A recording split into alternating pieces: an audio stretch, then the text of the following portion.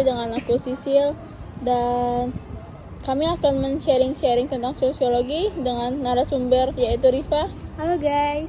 Jadi gimana nih Rifa kabarnya sekarang? Sekarang kabar alhamdulillah baik.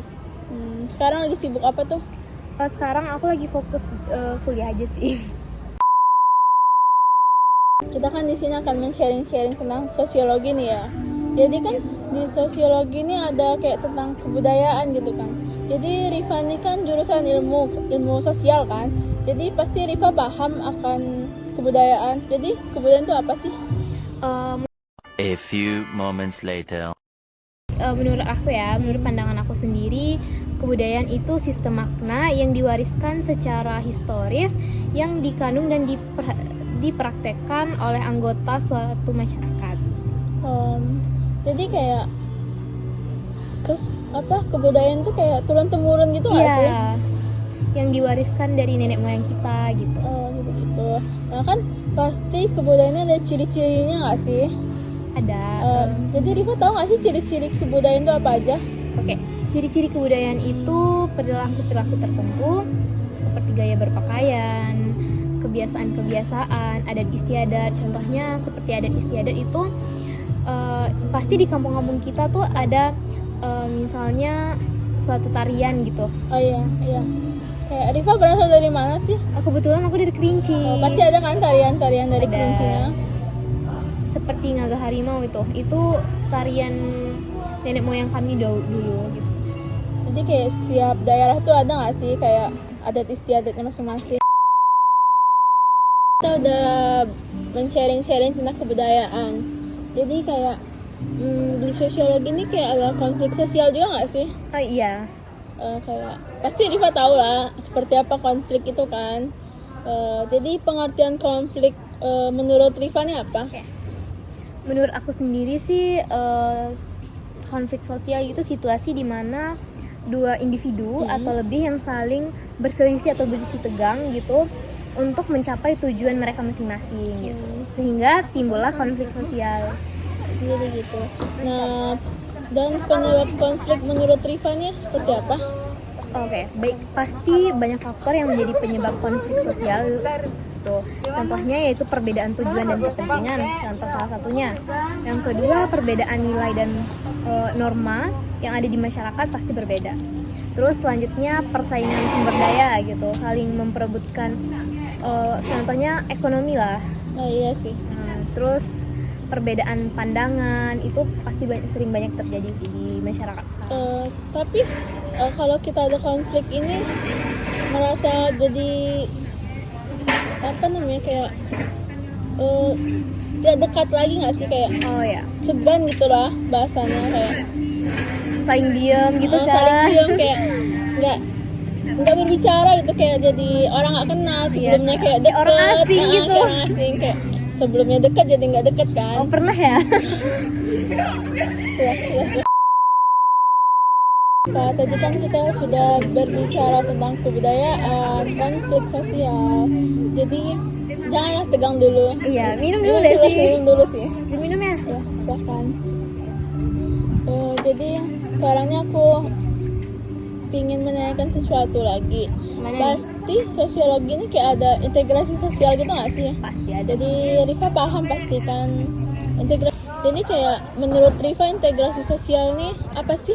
Oke, menurut aku sendiri ya, integrasi sosial merupakan suatu kesatuan masyarakat yang pada akhirnya akan membuat setiap individu memiliki satu visi dan juga misi yang sama gitu. Jadi di integritas sosial ini pasti ada faktor pendorongnya dong. Yang pasti di integritas sosial ini pasti ada faktor pendorongnya. Contohnya jumlah anggota, mobilitas geografis, efektivitas komunikasi gitu. Terus setiap toleransi dan saling membutuhkan gitu. Adanya persamaan kebudayaan. Itu sih yang menjadi faktor pendorong integrasi sosial menurut aku ya. Jadi seperti itu ya integrasi sosial tuh. Sudah nanyain tadi kayak pengertian kebudayaan, terus konflik, integritas. Terus sekarang aku pengen nanyain ke kamu tentang kelembagaan sosial nih. Jadi apa sih kelembagaan sosial tuh? Oke, gini sih, kelembagaan sosial menurut pandangan aku sendiri dan juga dari beberapa ahli gitu kan, kelembagaan sosial juga dimaknai sebagai hubungan norma-norma dari segala kegiatan yang berkisar pada suatu kebutuhan nih pokok yang di dalam kehidupan masyarakat. Dan juga di kelembagaan sosial memiliki ciri-ciri kelembagaan gitu. Contohnya mempunyai tujuan tertentu untuk mencapai tujuan di atas, memilih alat perlengkapan, memiliki lembaga-lembaga tertentu dalam bentuk tulisan, memiliki tradisi lisan atau tertulis gitu. Dan juga di kelembagaan sosial sendiri memiliki fungsi gitu. Pasti setiap seperti konflik kebudayaan pasti memiliki fungsi tersendiri di masyarakat. Kalau di kelembagaan sosial itu ada memberi pedoman berperilaku kepada individu atau masyarakat sekitar, menjaga keutuhan, memiliki pegangan kepada masyarakat untuk mengadakan kontrol sosial gitu. Itu sih menurut aku. Kelembagaan sosial tadi. Oke, Rifa. Tadi kan kita udah membahas tentang kelembagaan ya. Jadi gue pengen ngebahas tentang stratifikasi sosial. Jadi menurut lo stratifikasi sosial itu gimana sih? Oke, gini menurut gue ya, stratifikasi sosial adalah fenomena universal dalam masyarakat yang mengelompokkan individu ke dalam berbagai lapisan berdasarkan faktor-faktor seperti kekayaan, pendidikan, pekerjaan, dan lainnya. Jadi tipe dan bentuk stratifikasi sosial itu gimana sih? Stratifikasi sosial berdasarkan gender nih ya. Stratifikasi sosial berdasarkan gender melibatkan pembagian masyarakat berdasarkan perbedaan gender atau jenis kelamin. Ini dapat mencakup ketidaksetaraan dalam hal akses terhadap pendidikan, pekerjaan atau peran sosial. Simpel itu menurut gue. A few moments later. Aku mau nanyakan sesuatu lagi nih. Jadi gimana sih perubahan sosial itu menurut kamu? Oke, perubahan sosial menurut aku sendiri itu adalah bentuk peralihan yang mengubah tata kehidupan masyarakat yang berlangsung terus menerus karena sifat yang dinamis dan bisa terus berubah-ubah gitu.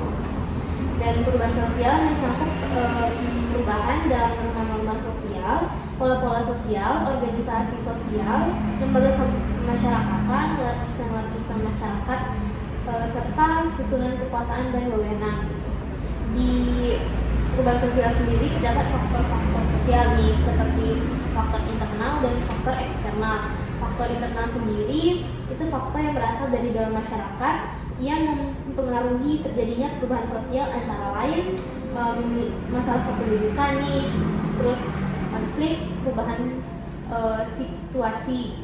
Selanjutnya yaitu faktor internal. Faktor internal yaitu faktor-faktor yang berasal dari luar masyarakat yang mempengaruhi perubahan sosial. Contohnya seperti perubahan alam dan teknologi.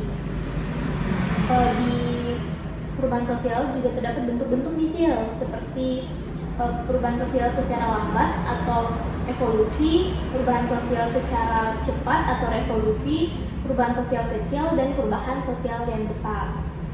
Dan juga di perubahan sosial ini terdapat beberapa teori, contohnya teori evolusi dan fungsional dan teori konflik.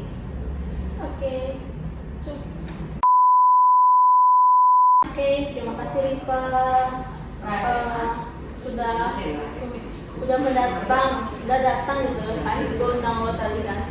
Terima kasih juga udah menjelaskan materi-materi dari kenal materi tadi. Sudah cukup, gue sudah lumayan paham dengan materi yang lo jelasin tadi. Terima kasih buat hari ini. Oke guys, kita cukupin video kita hari ini. See you. Thank you for watching.